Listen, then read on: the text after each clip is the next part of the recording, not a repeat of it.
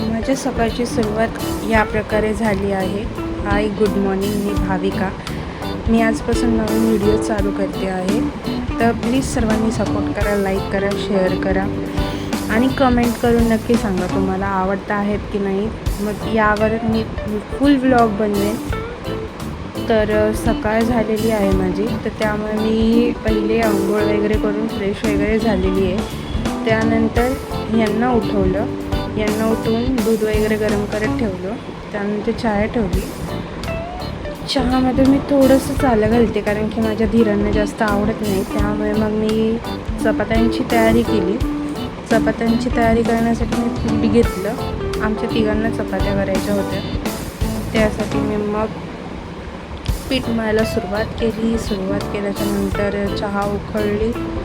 तर म्हटलं आता पहिले माझ्या सासूबाईंनी एक सांगितलेलं आहे की बघ, पारुसा जो ओटा असतो त्याच्यावरती स्वयंपाक करायचा नाही. तर मी म्हटले ठीक आहे. मी त्यावेळेस विचारलं होतं, नवीन आलेली तेव्हा का म्हणून. तर त्यांनी मला सांगितलं की नाही करायचं असतं. म्हटलं ठीक आहे. तर मग त्यामुळे मी सकाळीच ओटा वगैरे पूर्ण पुसून घेते. त्यानंतर बघायला गेले मी ह्यांना की हे उठलेत की नाही उठलेत. उठलेले दिसले. मग येताना फ्रीजमधून पनीर काढलं, ते ठेवलं. त्यानंतर ते असं पाण्यात ठेवल्यामुळे कसं ते आपण त्याचे क्यूब्स करतो ना, तेव्हा ते असं चुरा येत नाही, व्यवस्थित तुकडे होतात त्याचे. म्हणून मग सकाळी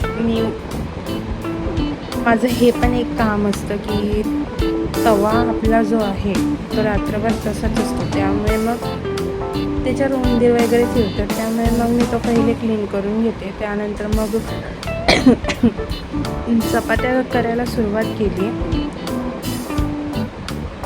तवा तापल्याच्या नंतर हे असं तेल का लावायचं असतं, कारण की तेल लावल्याने ना तव्याला जर जास्त गरम झाला असेल तर चपाती चिकटते. तर ते चिकटू नये म्हणून पहिले आपण पिठाने तव्यावरती तेल फिरवून घ्यायचं. तर तेल फिरवून झाल्याच्या नंतर एक करून मी अशा चपात्या करायला घेतलेल्या आहेत. आणि सर्वजण मला ऑफिसमधले सगळेजण विचारतात की भाविका तू चपात्या कशा करते. तर ह्या अशा चपात्या करते मी. माझ्या फुगतात आणि नरमही होतात चपात्या. तर जर कोणाला शिकायचं असेल चपात्या कशा करायच्या, तर हे पहिले असे आपण गोळा घ्यायचा, त्याचा जो पेढा म्हणतात काही जण त्याला, तर तो घ्यायचा, त्याला व्यवस्थित लाटून घ्यायचं मीडियम आकारात. मग त्याला तेल लावायचं. मी बोटांनी तेल लावत नाही कारण की मला आवडत नाही तेलामध्ये डीप केलेलं आणि त्याच्यानंतर ते सुक्या पिठामध्ये मी हात घातलेला, म्हणून मी उलटण्याने तेल लावते. तेल लावल्याच्या नंतर थोडंसं असं पीठ शिवरते. त्यानंतर त्याला पॅक बंद करते. 3 घड्या करते त्याच्यानंतर मग ते लाटायला सुरुवात करते. पहिले लाटते, त्याच्यानंतर थोडंसं पीठ वरतून लावते, चपातीचे पलटी मारते, त्याच्यानंतर परत आणखीन एकदा चपाती लाटून घेते. तर अशा प्रकारे त्या चपात्या चांगल्या फुगतातही. मला ही ट्रिक माझ्या सासूबाईंनी सांगितली की चपाती पलटी करून लाटायची, तर त्याने चपाती फुगते. तर त्या प्रकारे मी अशा सगळ्या चपात्या करून घेतल्या.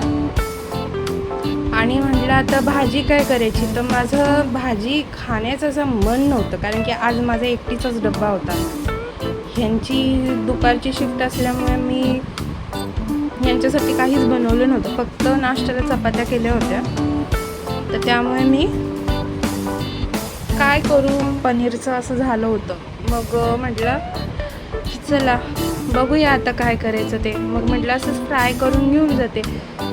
मला माहिती होतं की मी आता दुपारी जेवणार त्याचं काय मला माहीत नाही, म्हणून म्हटलं आता चला फ्राय करून घेते मी.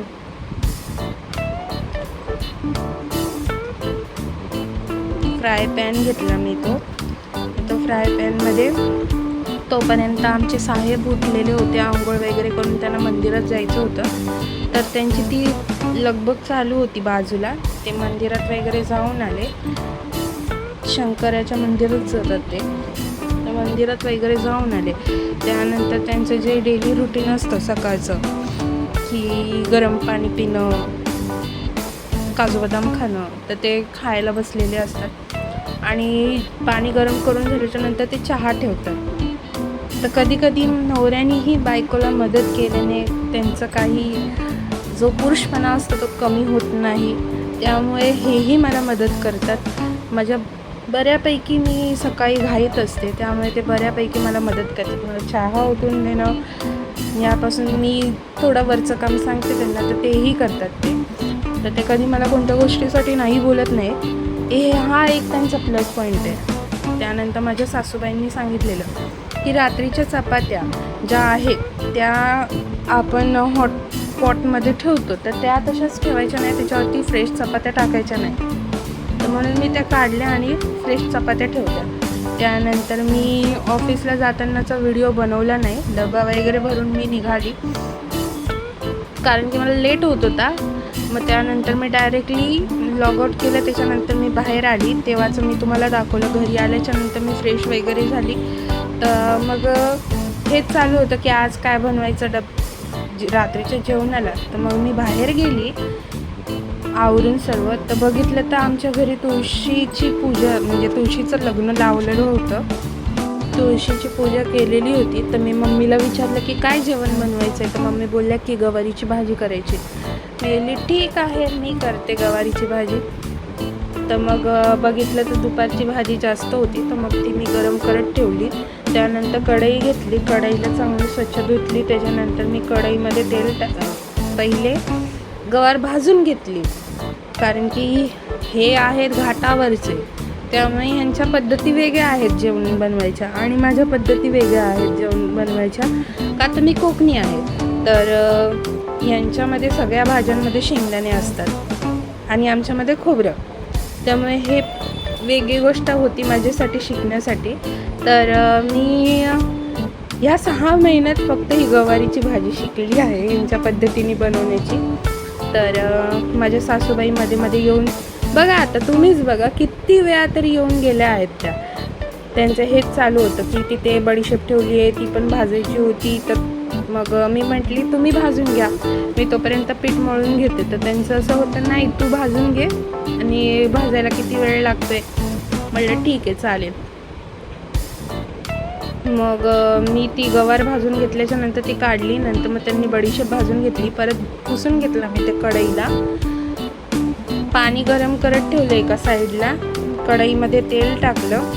तेल टाकल्याच्या नंतर मी इथे जी भाजलेली गवार होती ती पाण्यात भिजवली, का तर ती आपण धुवून नाही घेत. मग त्यानंतर माझ्या सासूबाई आल्या आणि बोलायला लागल्या की तेल जास्त झालं आहे, तर ते कमी कर.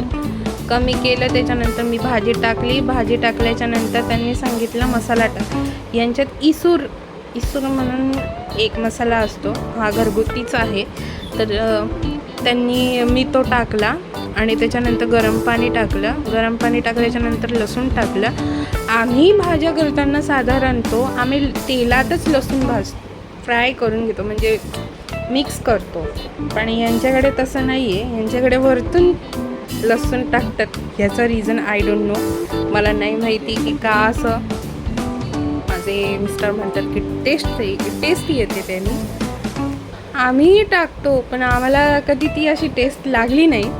जाऊ असो, प्रत्येकाच्या पद्धती वेगवेगळ्या असतात. त्यामुळे मग त्या येऊन मला बोलल्या की बघ पप्पा तर काय हे खाणार नाही गवार, तर त्यासाठी तुला दुसरी भाजी करायची आहे, तर मग भेंडी कर. म्हटलं ठीक आहे, मग भेंडी भरून करते. तर मग त्या बोलल्या ठीक आहे. मग घेतल्या भेंड्या आणि त्या पाण्याने स्वच्छ धुतल्या. त्याच्यानंतर कपड्याने पुसून घेतल्या. त्याचे देठ वगैरे सर्व साफ, म्हणजे शेंडे वगैरे जे काय होती ते काढले. त्याला मधून चीर मारली, त्याचे 2 भाग केले आणि ते भेंडी चिरताना व्यवस्थित काळजीपूर्वक चिरायचे असतात, कारण की त्याच्यामध्ये किडही असते. त्यामुळे मग त्या सर्व एक भेंडी चेक केली. त्याच्यानंतर शेंगदाण्यांचं कूट घेतलं. ते घेतल्याच्या नंतर त्याच्यामध्ये हळद, मसाला, मीठ आणि धने पावडर हे टाकून ते सगळं मिक्स करून त्या भेंडीमध्ये भरलं. तोपर्यंत इथे जोपर्यंत माझी गवार शिजते तोपर्यंत माझं हे स्टफिंग भरून होते. त्यामुळे मी त्याच्याकडेही माझं लक्ष होतं, गवारीकडे, आणि हेही केलं.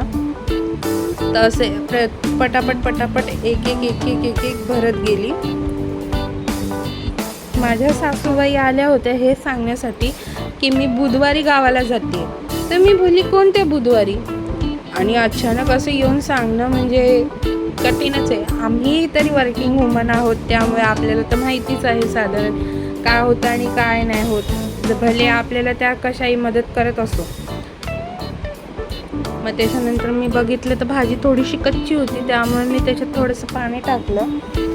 त्यानंतर परत मी भाजी शिजवण्याकडे लक्ष दिलं. ते दिल्याच्या नंतर मग माझं जे काम होतं ते करत राहिली. पटापट करून एक एक भेंडी मी भरल्या.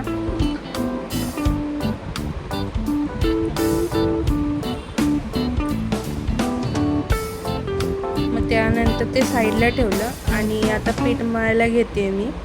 पहिले मी ओटा क्लीन करून घेतला, कारण की माझ्या हातातून काय माहिती नाही, आज एक करता दोन कामं होत आहेत. तर बघा परत डोकवायला आले की तू काय करतेस? तर मग त्यांना सांगितलं की काय नाही, तिथे मी भेंडी भरून ठेवली आहे. तर मग मला म्हणायला लागले की गवारीमध्ये तू दाण्याचं कूट टाकलं का? तर मी बोलली नाही, म्हणून अजून नाही टाकले. तर बोलतात त्याच्यात पाणी टाक आणि दाण्याचं कूट टाक.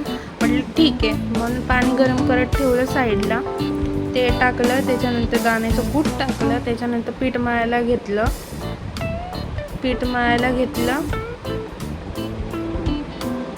परत ते येऊन सांगायला लागले मला की दाण्याचं कूट कमी पडले, तर तू थोडं आणखीन टाक. म्हटलं देवा, ते आपण कुटाची भाजी करत नाही आहोत.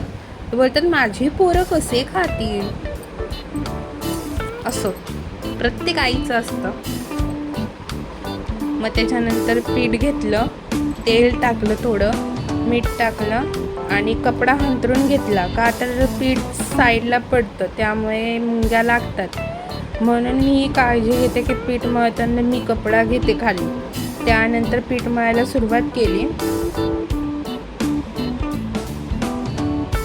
आणि सोबत भाजीलाही मी हे केलं. भाजीचा गॅस काढला की भाजी शिजली होती आणि झाली होती बऱ्यापैकी, म्हणून मग ते गॅस काढून घेतला. मी जे दुपारचं थोडं पीठ होतं उरलेलं, तेही मी ते जे पाणी गरम केलं होतं ना त्याच्यामध्ये टाकलं. का तर ते आपलं जे पीठ होतं दुपारचं तर ते थंड होतं, त्यामुळे ते थंड मला काही लाटता येत नाही.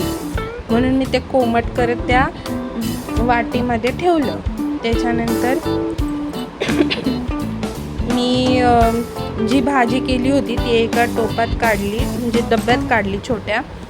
ते काढल्याच्या नंतर मी तो घासून घेतला आणि त्याच्यानंतर त्याच्यामध्ये तेल टाकलं आणि त्यामध्ये मी भेंडी सोडले. भेंडी फ्राय करून घेतले, चांगले ढवळले त्याला आणि तिथं दुसऱ्या गॅसवर ठेवले. त्याच्यानंतर मी चपात्या करायला सुरुवात केल्या. आमच्याकडे तिन्ही टाईम चपात्या असतात, म्हणजे एक तर सकाळी, मग सेकंड दुपारी आणि रात्री. आमच्याकडे भातही लागतो आणि चपात्याही लागतात. माझ्या पप्पांकडे वेगळं होतं की म्हणजे आम्ही सकाळी चपाती जर असेल तर मग रात्री भात करायचो आणि जर दुपारी भात असेल तर मग आम्ही संध्याकाळी चपात्या करायचो. हे तर त्यामुळे मला इथे आल्याच्यानंतर हे जरा कठीण पडायला लागले, पण काही नाही, होईल त्याची ही सुरू आपल्याला सवय. मग अशा प्रकारे बघा माझ्या चपात्या फुगतात आणि चांगल्या फुगतात. तर अशा पटापट चपात्या करून घेतल्या.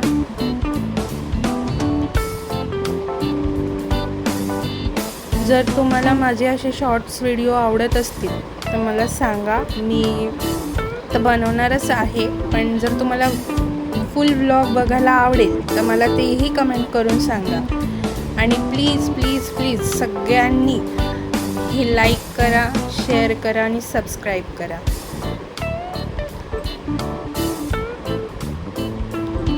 अशा प्रकारे मी चपात्या करून घेतल्या फटाफट. आणि दुसरीकडे मी भेंडी आहेत त्यांना पण हलवत होती. आता ते बघत होती चांगलं व्यवस्थित शिजत आहे का, करपायला नको.